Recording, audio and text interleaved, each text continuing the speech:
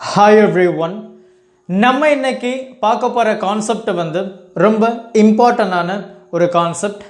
Einstein explanation, அதாவது இவர் Nobel prize வாங்கின ஒரு முக்கியமான ஒரு தியரிட்டிக்கல் எக்ஸ்பிளனேஷன் அப்படின்னு நம்ம சொல்லலாம். பார்த்தாவே தெரியும். Einstein explanation of photoelectric effect or photoelectric equation.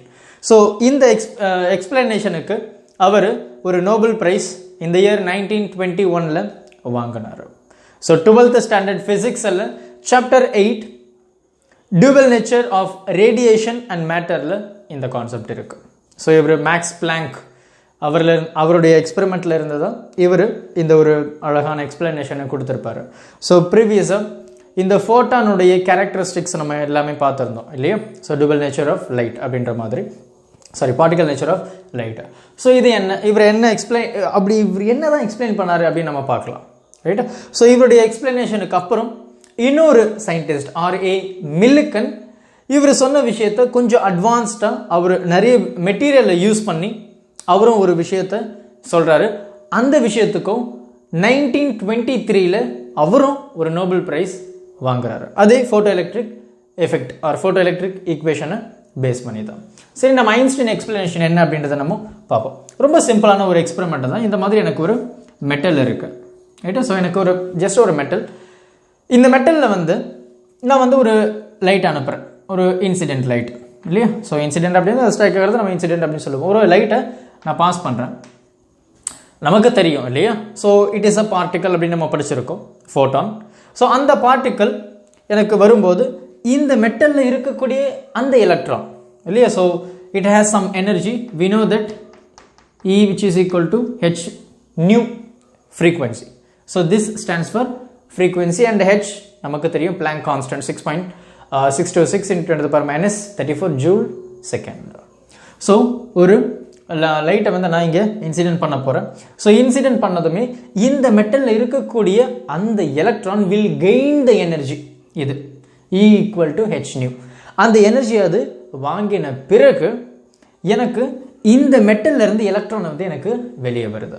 So let me சே நம்ம ஒரு எலக்ட்ரானை நம்ம அசியூம் பண்ணப்போம். இந்த எலக்ட்ரான் வந்து இந்த மெட்டல்ல இருந்து எனக்கு வெளியே போகுது. ஸோ ஆக்சுவலாக இங்கே ஸ்ட்ரைட்டாக வரணும். ஸோ லெட் மீ ரைட் இங்கே, ஓகேவா? ஸோ அப்போ எனக்கு எலக்ட்ரான் வந்து வெளியே வருது. So it has some kinetic energy, நமக்கு தெரியும் இல்லையா? ஸோ அப்போ அவங்க என்ன சொல்றாங்க அப்படின்னா, இந்த எனர்ஜியில் எனக்கு வரும்போது இந்த எலக்ட்ரான் இந்த மெட்டீரியல் ஆர் இந்த metal will absorb the energy and ஒரு சில எனர்ஜி வந்து என்ன ஆகும் அப்படின்னா இந்த மெட்டலில் இருந்து வெளியே வர்றதுக்கு அந்த எனர்ஜியை யூஸ் பண்ணிட்டு மிச்சம் இருக்கிற எனர்ஜி நம்ம எதுக்கு யூஸ் பண்ண போகிறோம் அப்படின்னா இந்த எலக்ட்ரான் மூவ் ஆகக்கூடிய அந்த வெலாசிட்டிக்கு. So kinetic energy, right? அப்போ இதில் என்ன சொல்ல போகிறோம், ரொம்ப அழகான ஒரு விஷயம் நம்ம என்ன சொன்னோம் அப்படின்னா, நம்ம படிச்சிருப்போம் கேரக்டரிஸ்டிக்ஸ் ஆஃப் ஃபோட்டான்ஸில். when a photon strikes ஒரு மேட்டர் இல்லையா, ஒரு மேட்டரில் அந்த ஃபோட்டானை வந்து ஸ்ட்ரைக் ஆகும்போது எனக்கு டோட்டல் எனர்ஜி கன்சர்வ் ஆகும், லீனியர் மூமெண்டம் கன்சர்வ் ஆகும், ஆங்குலர் மூமெண்டம் கன்சர்வ் ஆகும். அப்போ இங்கே என்ன ஆகுது, எனக்கு அனுப்பக்கூடிய அந்த எனர்ஜி இல்லையா, அந்த எனர்ஜி இந்த எலக்ட்ரானில் படும்போது, ஒரு எலக்ட்ரானில் படும்போது it absorbs this much of energy. அந்த எலக்ட்ரான் இந்த எனர்ஜி கெயின் பண்ணிட்ட பிறகு அந்த எலக்ட்ரான் இந்த மெட்டலிருந்து வெளியே வருது, ப்ளஸ் இதுக்கு ஒரு கைனடிக் எனர்ஜி இருக்குது. அப்போது இந்த மெட்டலிருந்து அந்த வெளியே வர்ற எலக்ட்ரானுக்கு நான் ஒரு பர்டிகுலர் எனர்ஜி கொடுப்பேன். அது உங்களுக்கே தெரியும், நம்ம work function of a metal அப்படின்னு நம்ம படிச்சிருந்தோம். அதே தான் நம்ம இங்கே சொல்ல போகிறோம். அப்போது இந்த எலக்ட்ரான் இந்த மெட்டலிருந்து வெளியே வர்றதுக்கு it has to do some work function, நமக்கு தெரியும். ஸோ அந்த ஒர்க் ஃபங்க்ஷன் ப்ளஸ் இந்த எலக்ட்ரான் வெளியே போகக்கூடிய அந்த கைனடிக் எனர்ஜி. அப்போ நான் என்ன சொல்கிறேன், இந்த இன்சிடென்ட் பண்ணக்கூடிய அந்த எனர்ஜி வந்து is conserved, totally conserved, waste பண்ணல, சேவ் பண்ணுறேன், அவ்வளோதான், சேவ், ரைட்? ஸோ ஒரு எனர்ஜி வந்து இன்னொரு ஃபார்மில் நான் கன்வெர்ட் பண்ணிட்டேன், அவ்வளோதான். இதில் எந்த ஒரு வேஸ்டேஜும் கிடையாது. ஒரு எனர்ஜியை நான் இன்னொரு எனர்ஜியை கன்வெர்ட் பண்ணிட்டேன். அப்போ இந்த எனர்ஜியை நான் இங்கே ஒரு ஒர்க்காகவும் இந்த வெளியே எடுத்துகிட்டு வரேன். அந்த வெளியே எடுத்துகிட்டு வந்தப்போ அந்த எலக்ட்ரானும் கொஞ்சம் ஒரு சர்டைன் வெலாசிட்டியில் நான் வெளியே எடுத்துகிட்டு போகிறேன், வெலாசிட்டி. அப்போது இன்சிடென்ட் பண்ணக்கூடிய அந்த எனர்ஜி h nu, ரைட்டா? So h nu which is equal to அந்த ஒர்க் ஃபங்க்ஷன். ஸோ இந்த ஒர்க் ஃபங்க்ஷன், இந்த எலக்ட்ரான் இந்த மெட்டலிருந்து வெளியே வரக்கூடிய அந்த ஒர்க் ஃபங்க்ஷனை நான் φ0 அப்படின்னு சொல்கிறேன், work function of a metal, plus எனக்கு இந்த kinetic energy of the electron. So of mv square. நமக்கு தெரியுமே m stands for mass of the electron and v is nothing but the velocity of the electron. ரொம்ப simple. அப்போ எனக்கு என்ன ஆகுது? எனக்கு இங்க energy is conserved. Energy conserved. Conserved னா உங்களுக்கு தெரியும் சேவ் பண்ற, which mean ஒரு form of energy நான் இன்னொரு form of energy நான் கன்வர்ட் பண்ணிட்டேன். முடிஞ்சது. இது ஒரு முக்கியமான ஒரு விஷயம் இவரு சொல்றாரு. இது மட்டும் இல்ல. If I reduce the frequency, நமக்கு தெரியும் இல்லையா, ஒரு எனர்ஜி, ரைட்? ஸோ எனர்ஜி ஒரு கைனடிக் எனர்ஜி. அப்போ ஒரு எலக்ட்ரானுடைய அந்த ஃபோட்டானுடைய energy is directly depend upon the frequency. அது உங்களுக்கு தெரியும் இல்லையா? So directly depend upon the frequency, இன்டென்சிட்டியை பொறுத்து கிடையாது. So if I increase the frequency, சைமல்டேனியஸாக எனக்கு எனர்ஜியும் இன்க்ரீஸ் ஆகும். If I increase the intensity, எனக்கு எனர்ஜி இன்க்ரீஸ் ஆகும்னு அர்த்தம் கிடையாது, ஆனால் எனக்கு அந்த number of electron can increase, அதாவது ஃபோட்டோ எலக்ட்ரான் வந்து இன்க்ரீஸ் ஆகும் இல்லையா? ரொம்ப ஒரு அழகான ஒரு விஷயம். அப்போ இந்த இடத்துல நான் ஃப்ரீக்வன்சியை ரெடியூஸ் பண்ண போறேன். If I reduce the frequency, எனக்கு ஒரு சர்டன் ஃப்ரீக்வன்சிக்கு அப்புறம் இந்த மெட்டல்ல இருந்து அந்த எலக்ட்ரான் வெளியே வர முடியாது. அப்போ I have to give minimum frequency to take the electron from the metal. அந்த இதை தான் நம்ம த்ரெஷோல்டு ஃப்ரீக்வன்சி நம்ம சொல்றோம். அப்போ அதே மாதிரி நான் அந்த லைட் இன்சிடென்ட் பண்ண போறேன். அப்போ இதுல இருக்கக்கூடிய அந்த frequency V0. H stands for Planck constant நமக்கு தெரியும். and V0 என்பது மினிமம் ஃப்ரீக்வன்சி. அப்போ இந்த மினிமம் ஃப்ரீக்வன்சி கொடுக்கும்போது இந்த எலக்ட்ரான் இந்த மெட்டல்ல இருந்து வெளியே வருது, அவ்வளவுதான். எனக்கு இன்னும் எனர்ஜி கிடையாது. நான் இவ்வளோ எனர்ஜி தான் கொடுக்குறேன், இந்த எனர்ஜிக்கு இது இவ்வளோ தான் வெளியே வரும்.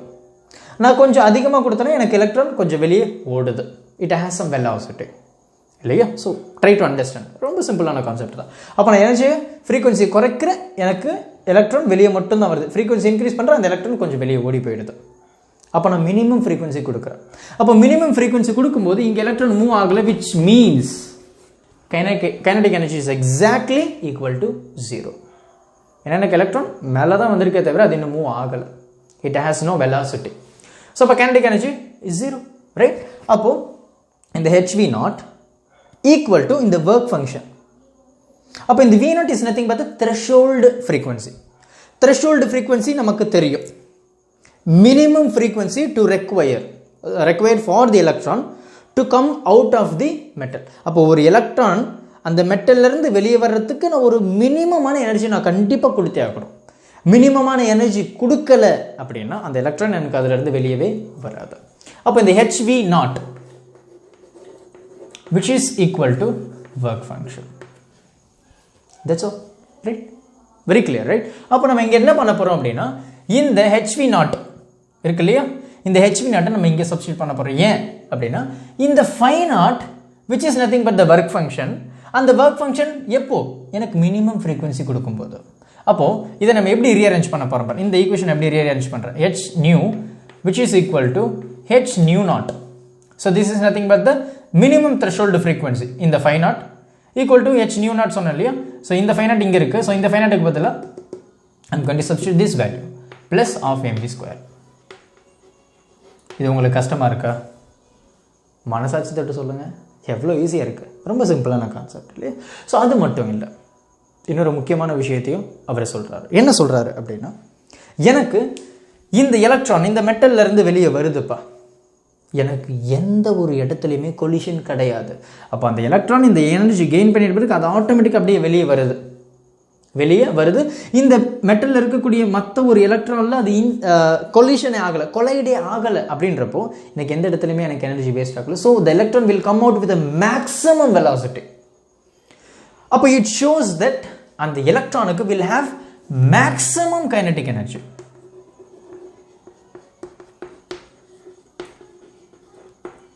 மேக்ஸ். வெரி கிளியர் இல்லையா? ஸோ இவ்வளோதான் கான்செப்ட். ஸோ அப்போ எந்த ஒரு இடத்துலையுமே எனக்கு கொலிஷன் நடக்கல அப்படின்னா அந்த மேக்ஸிமம் கைனடிக் எனர்ஜியோட எனக்கு வெளியே வரும்.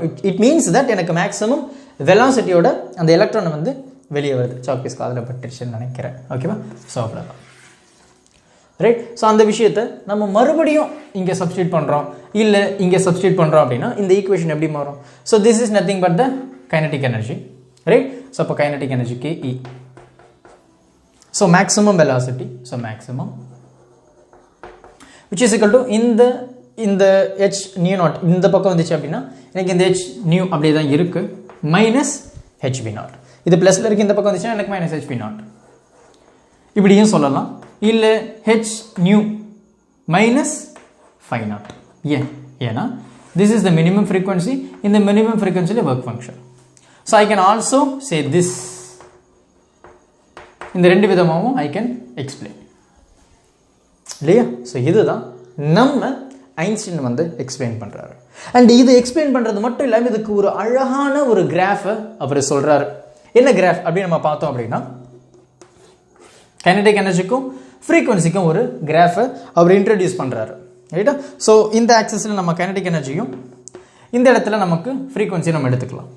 ரைட்? ஸோ அப்போ அவர் என்ன சொல்றாரு அப்படின்னா இஃப் ஐ இன்சிடென்ட் அந்த லைட், ரைட்டா? ஸோ ஒரு E equal to H new இந்த இடத்துல இந்த எனர்ஜியோட ஒரு லைட்டை நான் இன்சிடென்ட் பண்ணும்போது அந்த மெட்டலில் it need some minimum frequency that is nothing but the threshold frequency which is H V naught, H nu naught. So அப்போ அது வரைக்குமே அந்த எலக்ட்ரான் வந்து எனக்கு வெளியே வராது. ஸோ when it reaches the threshold frequency V naught, sorry nu naught threshold frequency எனக்கு வெளியே வருது. ஸோ அவர் ஒரு ஸ்ட்ரெயிட் லைனில் அவர் இண்டிகேட் பண்ணுறாரு. So this will be the maximum frequency and this will be the maximum kinetic energy of that electron. ரைட்டா? So ரொம்ப சிம்பிளான ஒரு விஷயம். ஸோ இது என்ன சொல்கிறார் அப்படின்னா maximum energy, maximum kinetic energy, right? So maximum energy HP. And இது என்ன சொல்கிறார் அப்படின்னா threshold frequency HP naught, H nu naught. ரைட்டா? ஸோ ரொம்ப சிம்பிளான ஒரு கிராஃப். தம்பி நீங்கள் இது சொல்கிறது கரெக்டா அப்படின்னு சொல்லிட்டு ஆர்ஏ மெல்லுக்கன் ஒரு கொஷினை ரைஸ் பண்ணி அவர் இந்த ஐன்ஸ்டீன் சொன்ன அந்த தியரிட்டிக்கல் ப்ரிடிக்ஷனை அவர் எக்ஸ்பெரிமெண்டலாக ட்ரை பண்ணுறாரு. அப்போ எக்ஸ்பெரிமெண்டலாக ட்ரை பண்ணும்போது இந்த விஷயத்தை தான் அவர் மறுபடியும் ஆப்டைன் பண்ணுறாரு. என்ன ஆப்டைன் பண்ணுறாரு அப்படின்னா இந்த ஐன்ஸ்டீன் இந்த ஒரு அழகான ஒரு ப்ரெடிக்ட் பண்ண கிராஃபில் அவர் என்ன சொல்கிறார் அப்படின்னா இந்த கிராஃபில் நீங்கள் எந்த இடத்துல ஸ்லோப் எடுத்தாலும் சரி, எந்த இடத்துல ஸ்லோப் எடுத்தாலும் சரி அந்த ஸ்லோப்புடைய வேல்யூ ஹெச்சுக்கு ஈக்குவலாக தான் இருக்கும். Blank constant. ஸோ அதனுடைய வேல்யூ நமக்கு தெரியுமே 6.626 into 10 to the power minus 34 joule second. So இதுக்கு ஈக்குவலாக இருக்குது அப்படின்னு சொல்லிடுறாரு. ஸோ இதை ஆர்ஏ மெல்லிக்கனும் பயங்கரமாக ஒரு எக்ஸ்பெரிமெண்ட் பண்ணுறாரு. இது சக்ஸஸ்ஃபுல்லாகவும் வருது. அவர் 1923 நம்ம ஐன்ஸ்டீன் வந்து 1921 நோபல் பிரைஸ் வாங்கினார் இந்த எக்ஸ்பிளனேஷனுக்கு.